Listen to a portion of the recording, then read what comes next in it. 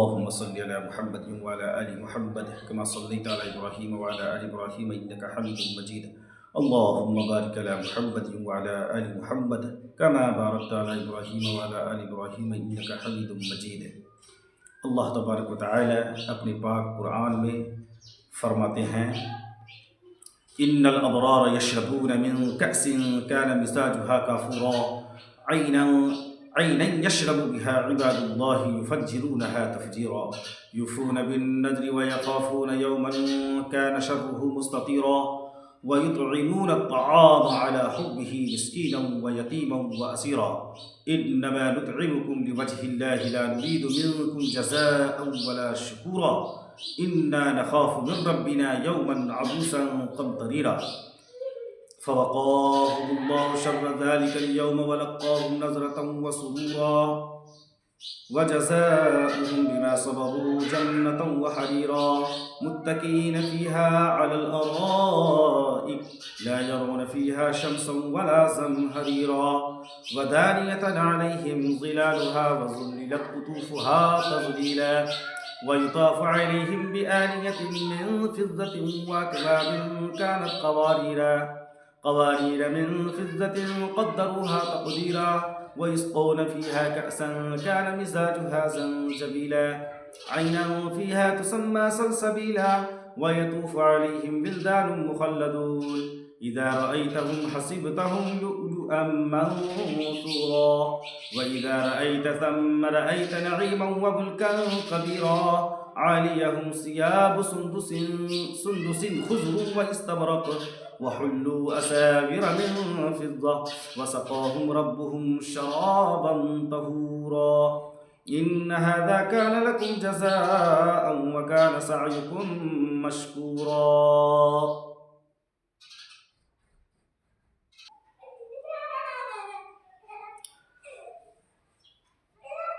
बेशक नेक लोग जन्नत में ऐसे जामे शराब पिएंगे जिनमें काफूर की आमिजश होगी, ऐसे चश्मों से भरे जाएंगे जिनसे अल्लाह के ख़ास बंदे पीते हैं। उन चश्मों में ये अजीब बात होगी कि वह जन्नती लोग उन चश्मों को जहाँ चाहे ले जाएंगे, यानी ये चश्मे उनके इशारों के ताबे होंगे। ये ऐसे लोग हैं जो मिन्नतों को पूरा करते हैं और इसी तरह दूसरे वाजिबात को, और ऐसे दिन से डरते हैं जिस दिन की सख्ती फैली हुई होगी, यानी आम होगी कि हर शख्स उस दिन कुछ न कुछ परेशानी में मुब्तला होगा। ये वह लोग हैं जो अल्लाह ताला की मोहब्बत में खाना खिलाते हैं मिस्कीन को और यतीम को और कैदी को, बावजूद कि वह कैदी काफिर और लड़ाई में बरसरे पैकार हुए थे। और वह लोग अपने दिल में या ज़बान से कहते हैं कि हम तुमको सिर्फ अल्लाह के वास्ते खिलाते हैं,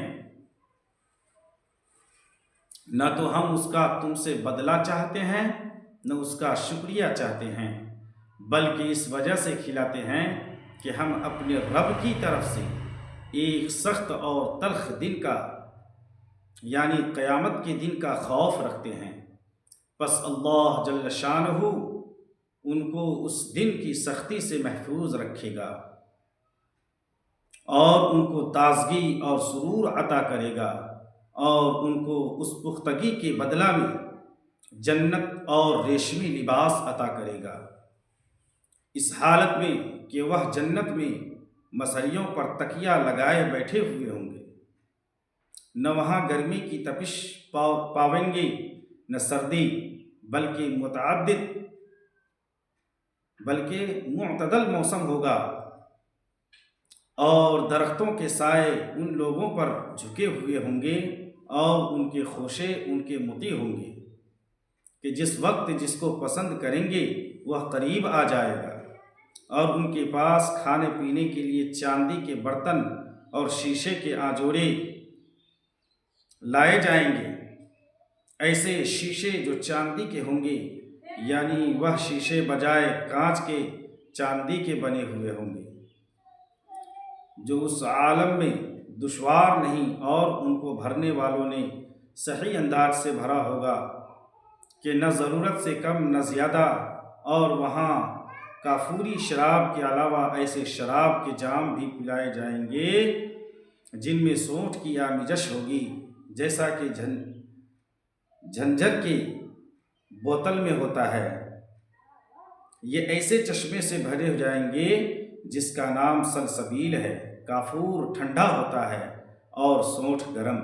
मकसद यह है कि वहाँ मुख्तलिफ अलमजाज शराबें हैं और उसको ऐसे लड़के लेकर आते जाते रहेंगे जो हमेशा लड़के ही रहेंगे, और ऐसे हसीन कि अगर तू उनको देखे तो ये गुमान करे कि ये मोती हैं जो बिखरे हुए हैं।